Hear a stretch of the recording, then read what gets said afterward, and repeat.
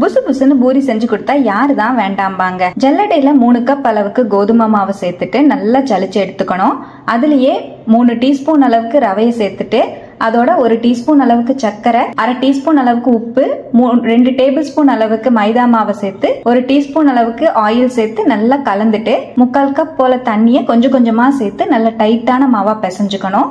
ரொம்ப சாஃப்டா பிசையக்கூடாது. ஒரு 10 நிமிஷம் போல ஊற வச்சுட்டு ஊறி வந்த மாவை குட்டி குட்டி பால்ஸா ரெடி பண்ணிட்டு நம்ம தேவையான சைஸுக்கு தேய்ச்சி எடுத்துக்கலாம். வரமாவு தூவி தேய்க்காம நல்லா எண்ணெயிலேயே தேய்ச்சி எடுத்தீங்கன்னா ஆயில்ல போட்டு எடுக்கும் போது அதிகமா டஸ்ட் ஆயில்ல இருக்காது.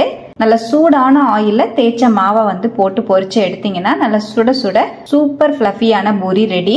ரொம்பவே சூப்பரா இருக்கும். ரொம்ப நேரத்துக்கு புசு புசுன்னு இருக்கும். நல்லா சாஃப்டாவும் இருக்கும். கண்டிப்பா இந்த புசு புசு பூரியை ட்ரை பண்ணி பாருங்க. டேஸ்ட் சூப்பரா இருக்கும். கண்டிப்பா ட்ரை பண்ணி பார்த்துட்டு எப்படி வந்ததுன்னு மறக்காம ஷேர் பண்ணிடுங்க. நம்ம பேஜையும் ஃபாலோ பண்ணிக்கோங்க. தேங்க்யூ.